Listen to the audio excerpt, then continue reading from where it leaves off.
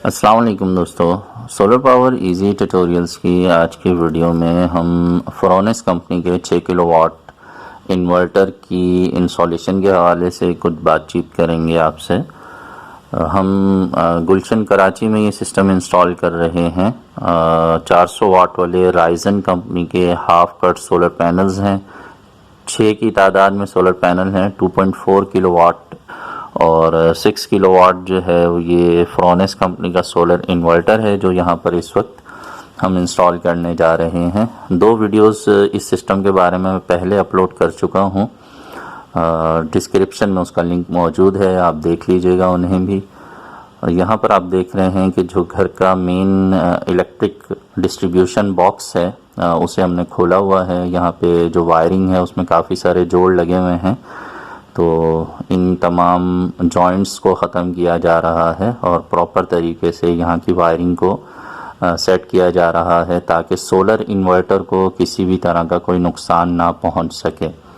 जी हाँ, ये बहुत ही ज़रूरी बात होती है कि जो आपकी घर की वायरिंग है वो प्रॉपर तरीके से की गई हो ताकि किसी भी तरह का जो बैक करंट है या कोई शॉर्ट सर्किट का मामला है उसके नतीजे में इन्वर्टर को किसी तरह का कोई नुकसान ना पहुंच सके। इन्वर्टर जो है वो काफ़ी महंगी प्रोडक्ट होती है। अब जैसे यहाँ पर ये जो 6 किलोवाट का इन्वर्टर है, इसके जो मार्केट में इस वक्त प्राइस चल रहे हैं वो 80,000 के आसपास हैं।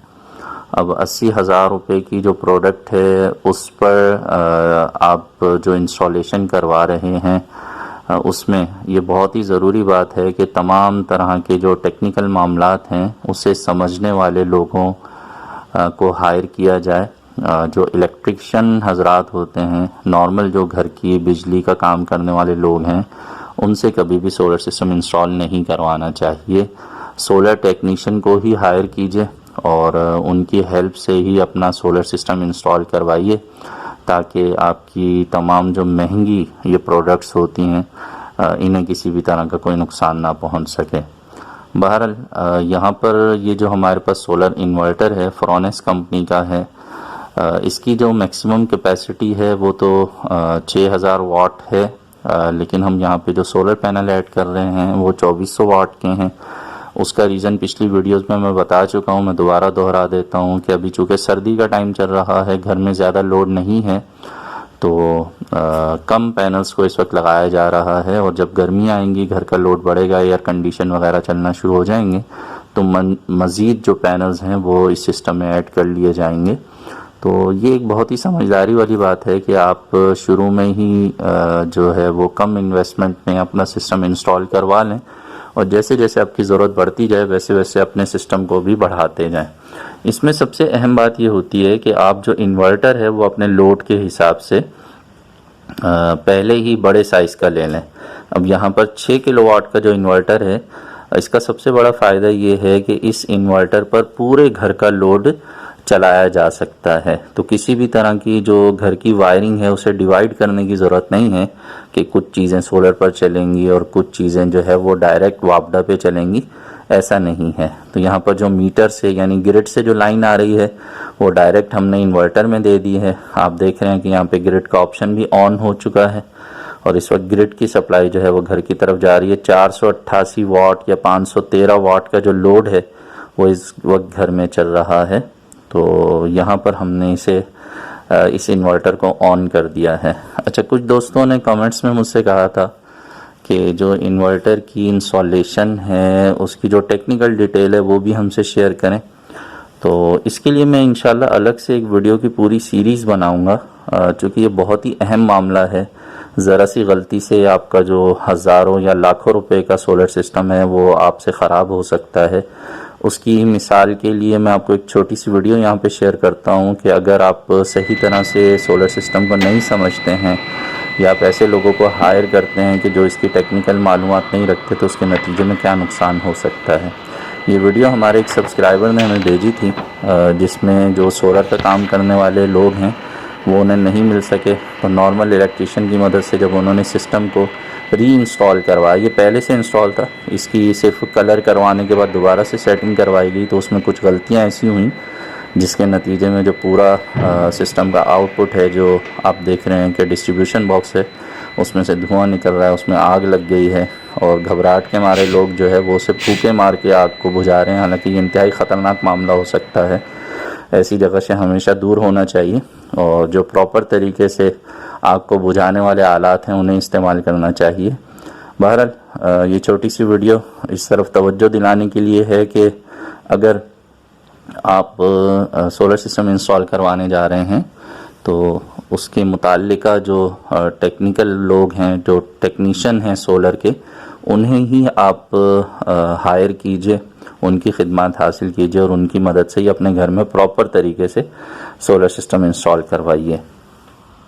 एक बहुत ही अहम बात मैं आप लोगों से शेयर कर लूँ। अक्सर लोग इस बात को नहीं समझते हैं कि जितने भी हम सोलर पैनल लगाएंगे, मिसाल के तौर पे यहाँ पर हमने 2400 वाट के सोलर पैनल लगाए हैं, तो 2400 वाट के जो सोलर पैनल है वो डीसी करंट पैदा करेंगे और इन्वर्टर जो है उस करंट को एसी में तब्दील करके घर के लोड को चलाएगा।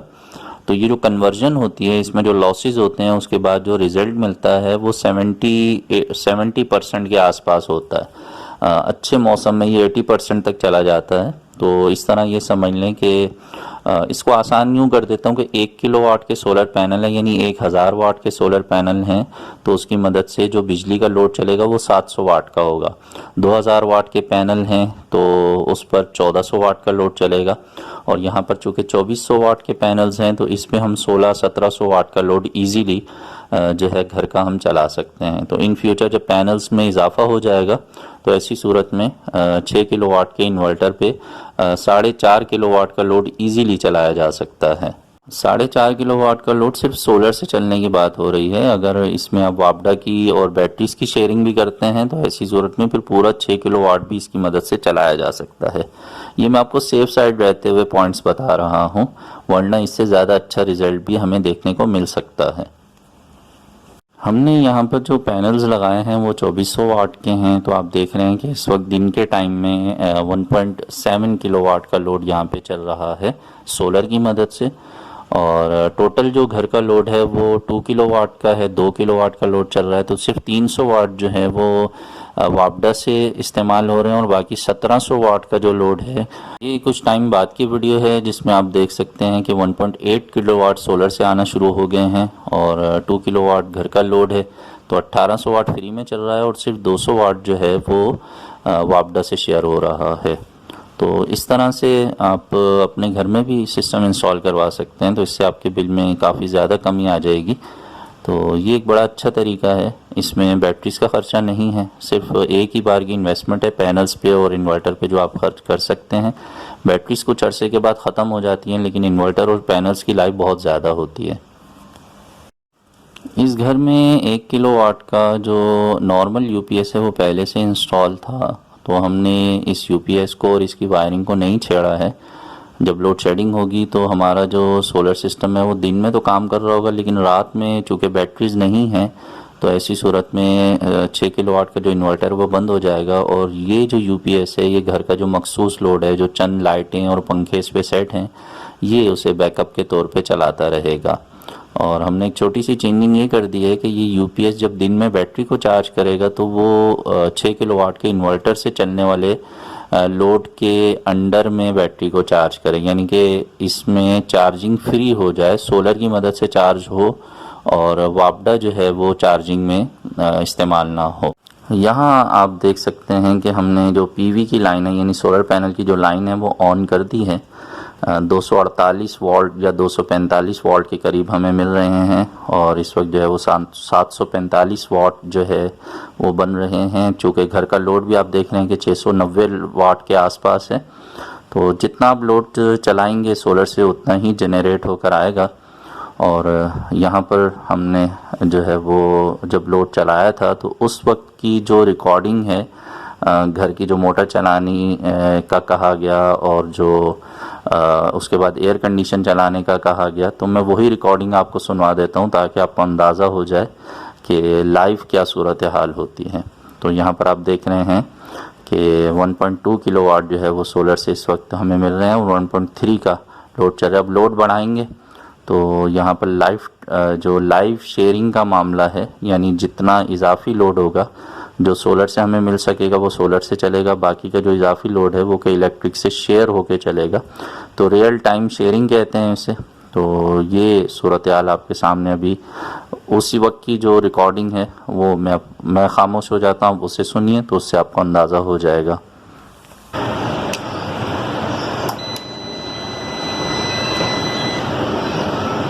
पानी की मोटर ऑन कीजिएगा, ऊपर चढ़ाने वाली कोई सी भी कर दें जो ऑन हो सकती है इजीली।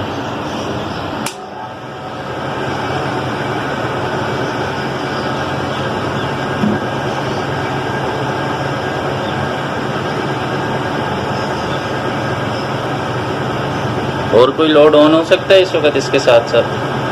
मोटर के साथ साथ हाँ, घर पे देखें और क्या चीज़ है जो ऑन कर सकते हैं?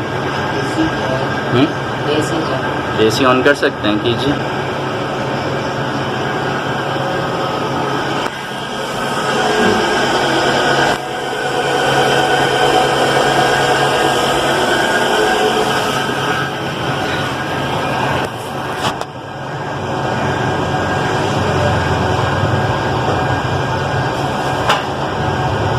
ऑन करके बताइएगा।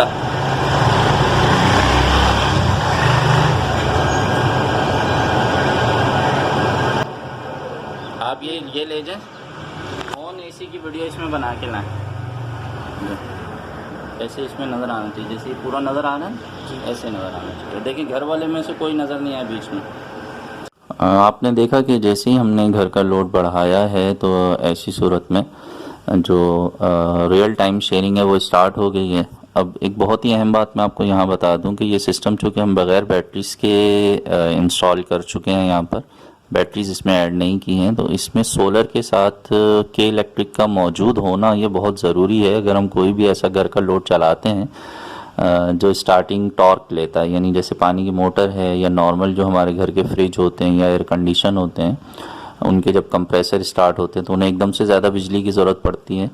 तो ऐसी सूरत में घर में वापडा का मौजूद होना बहुत ज़रूरी है, क्योंकि सोलर से जो करंट आ रहा होता है, मिसाल के तौर पे अगर आप यहाँ पर देख रहे हैं कि 1400 वाट का जो सोलर का करंट है वो आ रहा है और 1600 वाट का जो लोड है घर का वो चल रहा है, यानी 1.4 किलोवाट जो है वो सोलर से आ रहा है और 1.6 किलोवाट जो है वो घर का लोड चल रहा है। तो अब ये जो 200 वाट हैं ये के इलेक्ट्रिक से या वापडा से शेयर हो रहे हैं।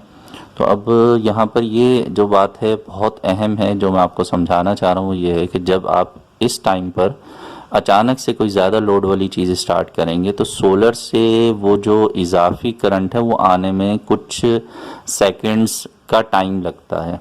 तो इतनी देर में इन्वर्टर को अगर के इलेक्ट्रिक की सपोर्ट ना मिले, वापडा की सपोर्ट ना मिले, तो फिर इन्वर्टर जो है वो ओवरलोड की जो बीप है, जो एरर है वो देके बंद हो जाता है।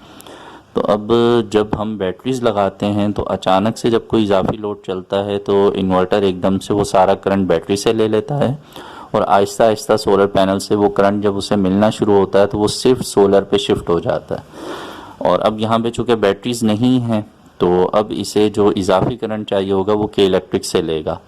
इसका मतलब ये है कि लोड शेडिंग के दौरान जब आप घर में कोई भी इजाफी लोड चलाने की कोशिश करेंगे तो अगर वो नॉर्मल लोड है, पंखे लाइटें या डीसी इन्वर्टर एसी या डीसी इन्वर्टर फ्रिज है, तो वो तो सोलर से आराम से चलेगा। लेकिन अगर वो पुराना फ्रिज है या पुराना नॉर्मल एयर कंडीशन है या पानी की मोटर है तो ऐसी सूरत में उसे इजाफी बिजली एकदम से नहीं मिल सकेगी और सोलर से जनरेशन में जो चंद सेकंड का टाइम लगेगा उस टाइम के दौरान ही इन्वर्टर जो है वो बंद हो जाएगा।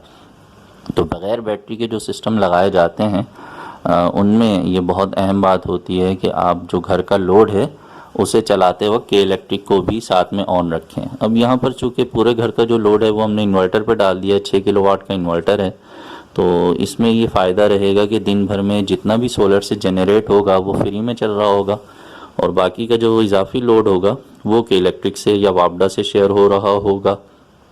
ऐसी सूरत में बिजली के बिल में नुमायां तौर पे कमी आ जाएगी।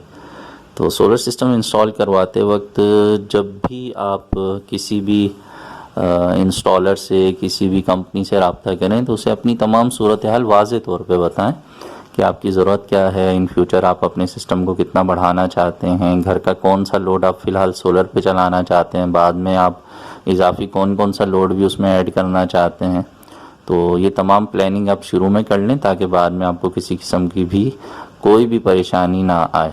तो ये छोटी सी वीडियो है जिसमें कुछ ऐसी बातें आपसे शेयर करने की कोशिश की है जो आपकी मालूमात में इजाफे का बाइस बने।